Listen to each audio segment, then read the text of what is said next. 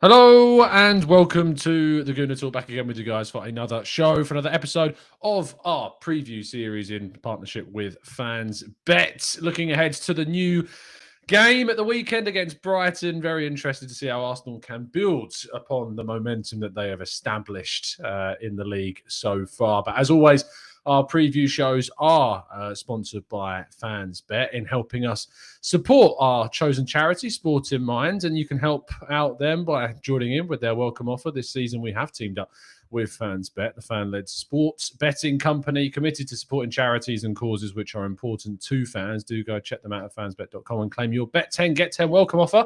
Terms and restrictions apply. Full details on site. 18 plus. Please do gamble responsibly and visit begambleaware.org for more info, and do also check out Fans Bet responsible gambling tools. And you can also check us out over on their social feeds on Twitter. I'll be joining them throughout the season and doing some really fun stuff video-wise as well. But let us introduce to you my guests for today. First of all, it's Pablo. How you doing, mate? Are you well? Hey, Tom, how's it going? I'm very well, thank you. You don't sound very well. No, I've had a horrible chest infection, so my voice will be a little bit croaky. Some might call it sexy. Some is the key word. Some is the key word in that sentence. Absolutely. No, I hope you feel better, and I'm sure our chat box will wish you the best as well. Dan, how you doing, mate? Have you recovered from your awful fantasy exploits this week? Not quite. But yeah, I'm doing well, although I have just seen that Tottenham have taken the lead, which has kind of got me a bit upset. But apart from that, I'm all good. I don't even know what team they've gone for tonight. Let's have a look. What team have they selected to play against? Slovenian side Mura. Brian Gil, Lo Celso, Dele Alli, Skip Winks, Reguilon, Doherty, Rodon, Romero, Scarlett up top. Wow, it's a lot of first-team players in that team. So interesting stuff. We're also joined by Ojo's chair. There he is. I just thought I'll come in with a metaphor, no? Just like Drake FC, we started at the bottom, but right now, we are here right now. Well, are you doing well in the fantasy table? I don't know, Ojo. I don't want to look at things that don't concern me. I feel like it does concern you, but you're doing so badly. If you're not number one, it doesn't matter. So. You would think that, but to Dan, it genuinely does matter. I'm just typing in. Oh, look, he's 12th. For Dan, do you know where I am in the table? Have you ever look? Have you had a look? When you're 147th? No, not in that table. That doesn't matter. Is Dan 12th?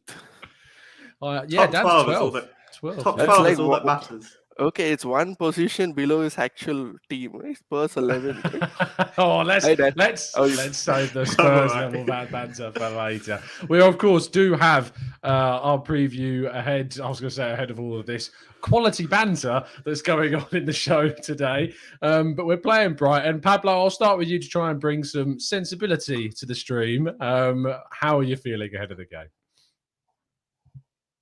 Oh, you muted yourself. I thought you'd be professional, and you muted yourself. It's the medicine. It's the medicine that I'm into. I've been taking too many pills. Well, to be honest with you, I'm quite confident, and that worries me because whenever I'm confident about Arsenal, that's when they let me down. But we're sort of going up on the rise at the moment. You can see things starting to gel and players starting to sort of interlink with each other. And I don't know, I'm feeling quite confident about the future. You can see where the team's trying to go to. And that's not just because of the Tottenham game. It's just literally generally you see the signings that we've made, the players that have been brought in have considerably improved our squad, massively improved our squad. So all we can do is be confident and take each game as it comes. And the fun is bloody Brighton. Oh, don't do that. Oh, no. Going to get clipped for that. Dan, positivity, optimism, momentum building. But is this Brighton test arguably a trickier one to navigate than the game at the weekend? Yeah, I mean, to be fair, we've won the last 3 games, probably against the 3 worst teams in the league. So with Brighton, they're doing really well. So I know this is going to be a bit of a challenge. But I'd like to see this game being the game that kind of proves that we don't need Basuma because we've got that kind of player in our Sambi Lokonga. So that's what I think, and I think we'll do quite well this game. It will be a challenge, but we'll do well. Ojo, Dan mentioned Yves Bissouma there. He may not even be available for the Brighton game this weekend. He is a bit of a doubt and could be back. They're waiting to do kind of their final assessments on Friday, which obviously means he'll be fit and have an absolute blinder, as is always the case when Arsenal play against anyone that might be a doubt. But Graham Potter, of course, is someone that I know a lot of Arsenal fans have thrown in my face several times as someone that maybe could take over from Mikel Arteta in the future. But he's doing a very good job with Brighton this season. Are you worried? But is he actually doing a good job? Who did they face till now? Watford and Brentford, right? I mean, I'll have a look at the fixtures for you, but I feel like they've played someone decent, surely. Leicester, I think. I think Leicester, where they got a penalty and they scored one more goal.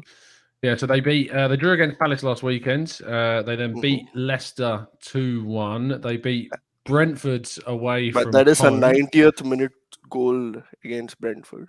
It was a Leandro Trossard 90th minute goal. They lost to Everton at home 2-0. They beat Watford and they beat Burnley. So I do kind of get your point. So fair enough, yeah. So technically they're just doing what Brighton are expected to do. I think the standards at Arsenal are so low that we feel that Brighton is a challenge to us.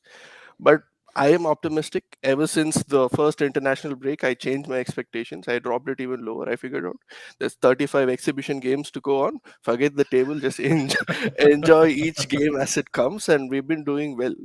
So we'll enjoy the high as far as it can go. Oh, Joe, I always appreciate your positive take on things, and course, I wouldn't have you any different whatsoever.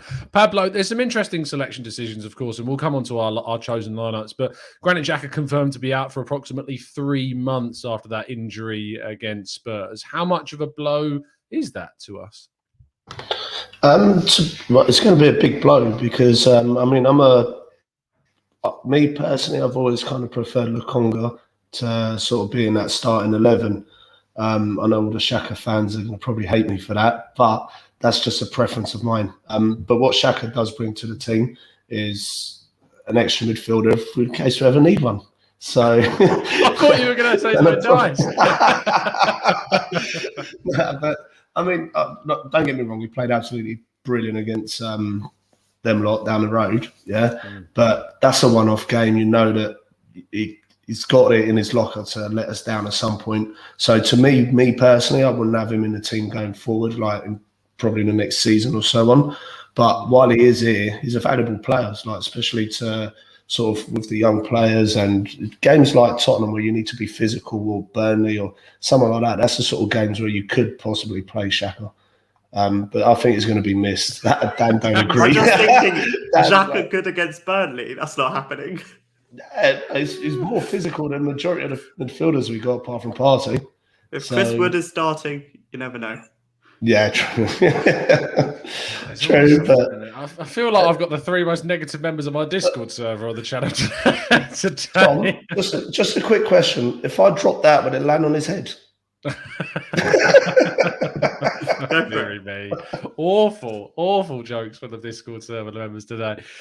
Dan, there's obviously this whole thing around the formation now with Xhaka out. Do we go back to the 4-3-3 that showed quite a lot of promise against Burnley in that game? We went to the 4-2-3-1 playing against the Spurs side that we expected to be more offensive, and so we shifted to deal with that. Brighton play with this back three style with the wing backs of either they can use Dan Burn, they can use Cucurella, they can use Veltman or Lamptey. Any of those four have played in the wing back roles for Brighton. Do you think that Arteta will shift, or do you think he'll stick with that 4-2-3-1? I think maybe stick to the 4-2-3-1, but I think whilst I don't wish injury upon anyone, I think Xhaka being injured could actually be a blessing in disguise, because it means we now have to do one of two options. One is play Lokonga, and then we can really see that partnership with Lokonga and Partey that I think we've all been wanting. Or we go to that midfield three, bring Odegaard back. And I think had Xhaka been fit and ready, we probably wouldn't have seen that for a while. So I think. Dan, are you sure Xhaka won't show up in crutches in the middle of the field? Yeah, I mean, probably. But I think, especially against maybe a Brighton, who a very good under Graham Potter in terms of attacking and kind of the high XG that they get. Am I wrong? But because they don't have a high XG at all. Do they not? Am I completely against that? But I think maybe we need that 4-2-3-1 with Lokonga and Partey, just a bit of extra protection. That's just from where I see it. And I actually prefer Odegaard in a more attacking role. I say they don't have a high XG. I'm seeing my colleague Kainak that he's got that right, because he said that on our preview show or on our press box show. I'm just having a quick look. Their XG is 1.54 so far this season. So it's not bad. I mean, they're averaging more than a goal in every single game for their expected goals, but maybe they're performing slightly underneath it in terms. I mean, their goals so far this season are 1.02 per game, so they're actually scoring less than they've been expected to, which is a little bit strange considering their forms were quite good. I think that's what happened last season, is that they had a really high XG and just couldn't put it in the back of the net. Right. Okay. That might make a little bit more sense. So I think because of that, if we had that extra protection, it might just help us. And we've still got Smith Rowe and Odegaard and Saka, who are just brilliant. But I mean, they were so good against them lot. And I love seeing them all three together in the team. Just now interested about what Arsenal's is. Arsenal's this season, to be fair, I wasn't looking at last season for Brighton. Arsenal's this season has been 1.82 and their goals have been 1.5. So we're actually underperforming our XG at the moment as well. And hopefully that will change in the next few games. Looking at kind of how we played against Spurs, the XG was 1.22. Against Wimbledon, it was 2.21. Burnley, it was 1.22, and against Norwich, it was 3.71. Like, we should have battered Norwich that day, and we didn't. We just didn't take the chances that we created for ourselves. So it will be intriguing and kind of how we do end up dealing with the Brighton threat. I mean, Ojo, anyone in particular in that Brighton side that is concerning you ahead of Saturday? Trossard always seems to be able to get on the ball and try to create some chances. But for me, I feel that for a club of Arsenal's stature, we should not be worried about a team like Brighton. So, why? Why do you think that, Ojo? Because you say that a lot about teams, but I feel like maybe you're not paying them the respect they deserve.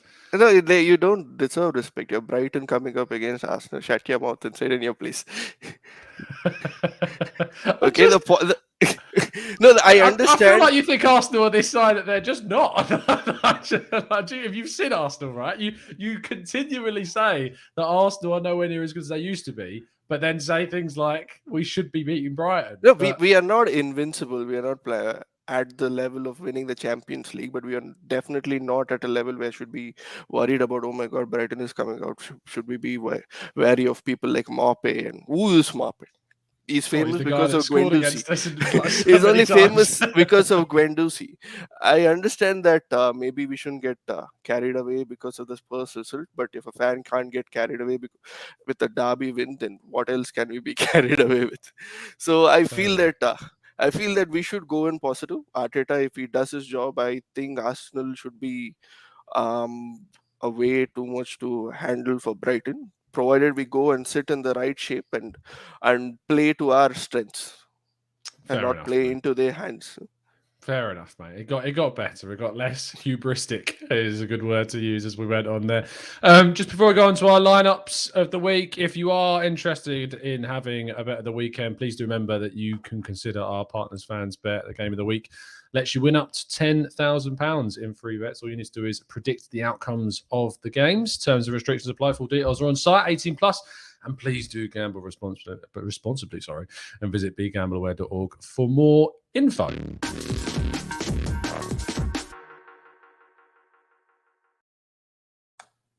So let's go through our teams. Pablo, we start with yours. Talk me through it. Right. Well, basically, I don't think the team should be changed for the. God Almighty, I'm having a bad day. That's what happens when you've had a chest infection all week. Exactly. I don't think we should change the team at all. Obviously, Xhaka being injured, just Lokonga gets his place. It should have been there in the first place, in my opinion. But yeah, to me, we go with what we had before. That was probably, that first half against Tottenham was probably one of the best first half of football I've seen Arsenal play in a long, long time. And I want to see more of that.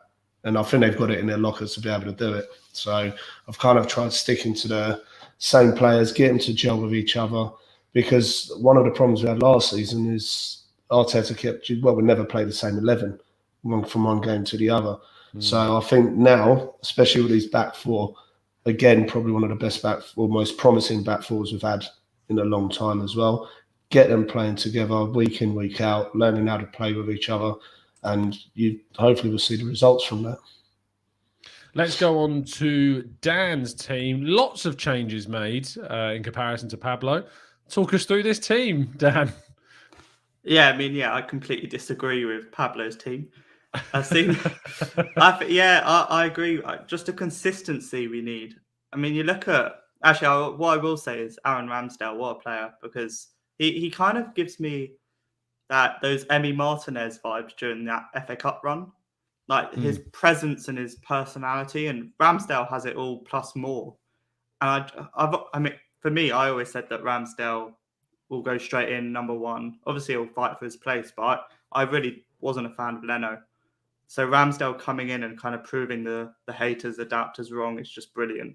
And I think he's a future captain if you're going to put a goalie as a captain, maybe. But yeah, the consistency. Tomiyasu, great signing with Ben White. The thing with Ben White, he's been okay, but he seems a bit slow on the ball. Like he'll get a good tackle and then he doesn't make that pass quickly. And I want him to see Thomas Partey quicker or see Bukayo Saka making a run quicker and just do it rather than thinking and waiting for the other team to kind of make their team again, kind of go defensively again. But that back four, back five, I really like. Lokonga, I just think he's been really good when he's had the chance. I have a weird feeling that Arteta won't play Lokonga, but I'd love to see him there. And like I said before, that Saka, Odegaard and ESR are just brilliant together. And I would have gone for Lacazette, but Aubameyang has really, I wouldn't say he surprised me, but because we all know it's in his locker, but he's done really well, better than I'd expect Aubameyang to be really from last season. And he's just, he's been really good. And I think let's hope it can continue. Ojo is going to upset a lot of people with the amount of changes that he's made to his team. Ojo, explain yourself. You've changed my team, man. Where is Hector? Go on. But actually, Tom, I would rather be sit in a 4-3-3 with a flat midfield. Okay, I'll make that change for you while you talk through it. Yeah, because Brighton play with a 3 at the back, right? So if I was coaching the team better than Arteta, then I would ask my forwards to go press up against all their defenders because they like to play out from the back. If we don't give them that space, I don't think their midfield is creative enough exactly why they needed Bissouma. So I think that if we press their defenders enough and don't give them time and space, I think their tactic of trying to slowly build up from the back will crumble, and which should give us enough time to hit them on the break or even hold our own against their attack. So flat, the flat one. Would you not be tempted to play maybe Lokonga slightly deeper than the other two and allow Partey slightly forward? Or that is what I meant. But you put Odegaard in the middle. Okay, great. Yeah, blame me. That's what I was expecting. Nice one. It's okay. First time for everything. Oh, here we go. So I'm assuming it would have rather have looked something like this. Yes. Yeah. Actually, I was tempted to go for goodness sake. Because I feel that maybe we should even try a 3 against their 3 and just go man for man. But I think we have enough personnel in a 4-3-3 to take them on, especially because we can pack the midfield so that they can't pass through it. And if we each forward takes a defender out of the game, I think Arsenal has a very good chance. I really wanted to go with the 4-3-3, but I just couldn't. And I've stuck with the 4-2-3-1 as well. All of us, I think this might be the first preview show we've done where every one of the four of us has gone for the same exact team. And I mean, that's a good sign because it shows consistency. It shows that we know what our best team is. And it shows that there's going to be some stability in the side moving forward, especially the back four. The back four is the most thing I'm excited about is this back four learning together, consistently playing together and building up that chemistry that's been needed, because Arsenal have chopped and changed with their defences for so long. The only player that we really ever thought was a shoe-in for that position was Kieran Tierney. Gabriel's form and fitness was a bit up and down last season as well, so Pablo Mari came in at times, so much so that people were suggesting we should be playing Pablo Mari and Gabriel together. Do you remember those conversations we used to have last season? Rob Holding has never convinced everybody, despite me believing he's a decent player. I think he gives you a solid 7 out of 10 most days. And then at right back, we have one of 4 options that we could pick from. And so you can never get that spot on. So the fact that we've now got this solid back four is so key to Arsenal's foundation going forwards. I love the dynamic. I love the balance of Tomiyasu and Saka and Tierney and ESR on the other side. I think they complement each other really well. I think the fact that Tomiyasu is a more disciplined style fullback and Tierney's a more explosive attacking style fullback really enables the midfield not to be so conservative and kind of drawn back, and actually they can push forward and support the attack because they know Tomiyasu is going to drop in and make a back three when Tierney does go forwards.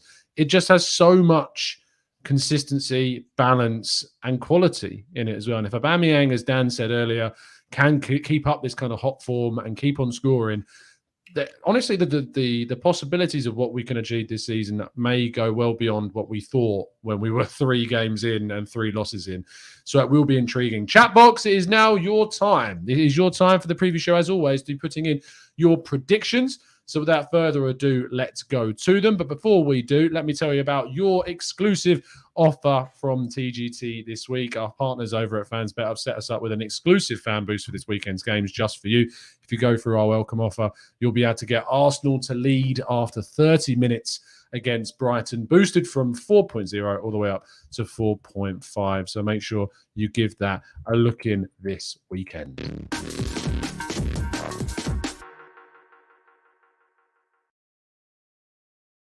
We're going to go in reverse order now. Ojo, we start with you. Give me your scoreline and first scorer for this weekend's games. 3-0 to the Arsenal. Aubameyang to score first. Daniel.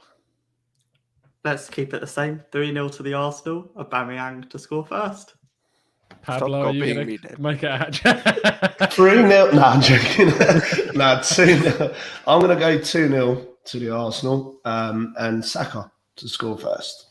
Nice. So nice. Goes to show how good we're doing. The fact that we've all said 3-0, 2-0. Our defence is really looking good at the moment. It is indeed. Just going to show people this before we go through people's predictions. Let's have a look at the table in the Fantasy League. I can't see Dan on. Can anyone see Dan? I can't see him. Just scroll a little. Just scroll a little. My scrolling button's not working. I can't. It's not. I'm rolling it and nothing's happening. Steve R is doing really, really well. What I want to know though is where on the. Let me go on to the main league because there is a league somewhere. I'll try and find that in a second. Whilst I am finding that, let's go into some of the predictions though in the chat box. Omar says 2-1 to the Arsenal. I'm going to go with a safe prediction. I mean, an Arsenal win is never safe. Omar, you should learn this by now. MIL says 2-1 Arsenal. Ashwin 2-0 to the Arsenal. Tom saying Holding is a 7 out of 10 every game is outrageous, says John. Johan says 2-1 Arsenal. Josh says 2-0 Arsenal. Owen says 3-0 Mopay decapitation. Jesus, Owen, I think that's a little bit extreme, but I know that a lot of Arsenal fans may share your sentiments. Ed says 2-0. The Partey goal is coming this week. Sam says 5-0 to the Arsenal. Mopay Muppet to cry for. Mopay is not he's not liked by a lot of Arsenal fans. Webster says 3-1 Arsenal. Partey. Dazza says 2-0 to the Arsenal. Mopay, you're a cheat, and I hope that Brighton get relegated. Oh, I've heard that before. Raul says 1-0 to the Arsenal, and Deep says 6-0 as always. DMC says 4-1 Manscaped cannonballing not under the butt on top. What? I don't get it. I don't understand DMC, but whatever. It must make sense in your own mind. So there you go. Dan, very quickly, do you want to jump in and talk about top 4 hopes? Yeah, I mean, Omar is going to love this about being overboard. I kind of agree with Paul Merson when he said that why can't Arsenal compete for top 4? Because if we can keep our team, that 11 that we've all said, fit, and that is the problem that it probably won't be. If we can keep them all fit, why can't we get in the top 4? Because comparing 4th place to 6th place are going to be maybe 6 points, 2 wins. So why not? Why can't we challenge? Well, I don't see why we can't. Anyone want to argue against him?